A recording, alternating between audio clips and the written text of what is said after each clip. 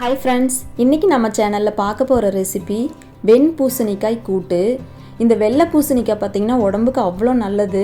அதுவும் இந்த வெயில் காலத்தில் வாரம் ஒரு டைமாவது எடுத்துக்கிறது ரொம்ப நல்லது.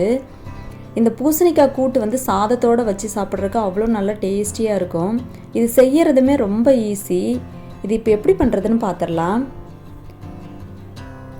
ஒரு அரை டம்ளர் பாசிப்பருப்பு எடுத்து நல்லா கழுவிட்டு ஊற வச்சுக்கலாம்.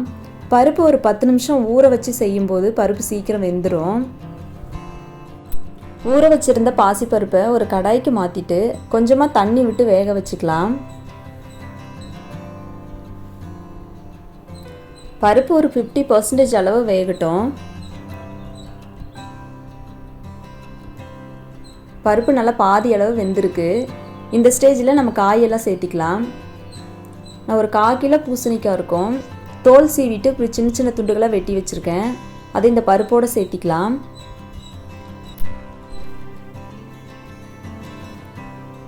இது கூடவே ஒரு கைப்பிடி சின்ன வெங்காயம், ஒரு பச்சை மிளகாய், ஒரு 5 பல் பூண்டு தட்டி வச்சுருந்தேன், அதையும் சேர்த்திக்கலாம். ஒரு சின்ன சைஸ் தக்காளி கட் பண்ணி போட்டுக்கலாம். அது கூடவே தேவையான அளவு உப்பு, ஒரு அரை டீஸ்பூன் மஞ்சள் தூள், 1/4 டீஸ்பூன் பெருங்காயத்தூள் சேர்த்திக்கலாம். எல்லாமே சேர்த்துட்டு நல்லா கலந்து விட்டுட்டு இன்னும் கொஞ்சமாக தண்ணி சேர்த்திக்கலாம்.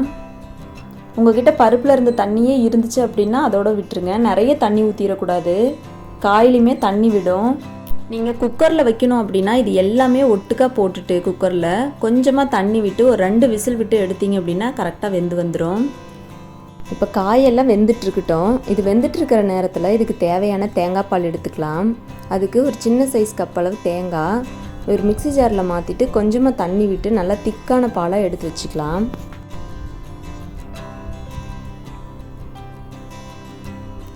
காய் பருப்பு எல்லாமே நல்லா வெந்து வந்துருச்சு பாருங்கள், சூப்பராக வெந்திருக்கு. காய் எல்லாமே ரொம்ப சாஃப்டாக வெந்துருச்சு. இப்போ இந்த ஸ்டேஜில் நம்ம எடுத்து வச்சுருந்த தேங்காய் பால் சேர்த்திக்கலாம். தேங்காய் பால் சேர்த்துட்டு ரொம்ப நேரம் கொதிக்க விடக்கூடாது, ஒரு கொதி வந்தால் போதும். இந்த கூட்டுக்கு இந்த தேங்காய் பால் சேர்த்து செய்கிறது தான் ரொம்ப நல்ல டேஸ்ட் கொடுக்கும். தேங்காய் பால் ஊற்றி ஒரு கொதி கொதிச்சிருச்சு. அவ்வளோதான், கூட்டு நல்லா ரெடி ஆயிடுச்சு. இப்போ இதுக்கு ஒரு தாளிப்பு கொடுத்துடலாம். அதுக்கு தாளிப்பு கரண்டியில் கொஞ்சமாக தேங்காய், கடுகு, சீரகம், வரமிளகாய், கருவேப்பிலை எல்லாத்தையும் போட்டு நல்லா தாளித்து இதோடு சேர்த்துக்கலாம். தாளிப்பு ஊற்றிட்டு அடுப்பை ஆஃப் பண்ணிவிட்டு கொஞ்சமாக கொத்தமல்லி இலை தூவி இறக்கிட்டோம் அப்படின்னா ஒரு டேஸ்டியான ஹெல்த்தியான கூட்டு ரெடி. இது நல்ல சூடான சாதத்தில் போட்டு சாப்பிட்டிங்க அப்படின்னா அவ்வளோ நல்ல டேஸ்டியாக இருக்கும். இந்த கூட்டு இன்னும் ஆறும்போது இன்னும் கொஞ்சம் நல்லா திக்காக ஆயிரும். இப்போ சாப்பிடும்போது நல்ல டேஸ்டியாக இருக்கும். இந்த ஹெல்த்தியான ரெசிபியை நீங்களும் உங்கள் வீட்டில் ட்ரை பண்ணி பாருங்கள். பிடிச்சிருந்தால் லைக் பண்ணி, ஷேர் பண்ணி, கமெண்ட் பண்ணுங்கள். அப்படியே நம்ம சேனலை சப்ஸ்கிரைப் பண்ணிவிட்டு பக்கத்தில் உள்ள பெல் ஐக்கானை கிளிக் பண்ணிக்கோங்க.